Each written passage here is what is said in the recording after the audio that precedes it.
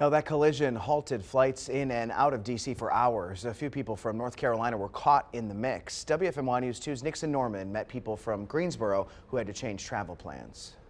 That's right, Chad. Ginny Klein and Amy Werner both live in Greensboro, but travel to D.C. often.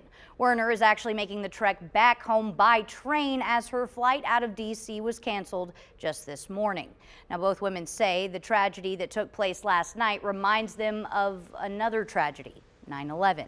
Werner spoke with me while riding the train to Raleigh in efforts to get back to Greensboro tonight. It really almost brought back memories of 9/11 because we woke up that morning, you heard about a plane hitting the World Trade Center and you thought, ooh, and then the more you saw, the worse it was. And then last night it was just watching all of the news. The local news in DC was crazy just to see what was coming out, and knowing that it happened right over the Potomac, right there onto the not too couple feet from the runway, basically.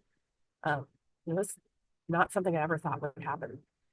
Now, Klein has spent her fair share of time in D.C. too, particularly at Gravely Point, a national park that sits alongside the west side of the Potomac River. Not only does this situation remind her of 9/11, but it takes her back to the day when she was working in an airline call center. My dad was an engineer, aeronautical, and so I grew up around airplanes. I worked for an airline for 15 years, and I love airplanes. And I had to come into work that day, and I had to take calls about 9/11. Was my father, was my aunt, was somebody on your plane? Because if they're not on your plane, we don't know what plane they're on. And Werner tells me she's expected to make it back to Raleigh in about an hour now.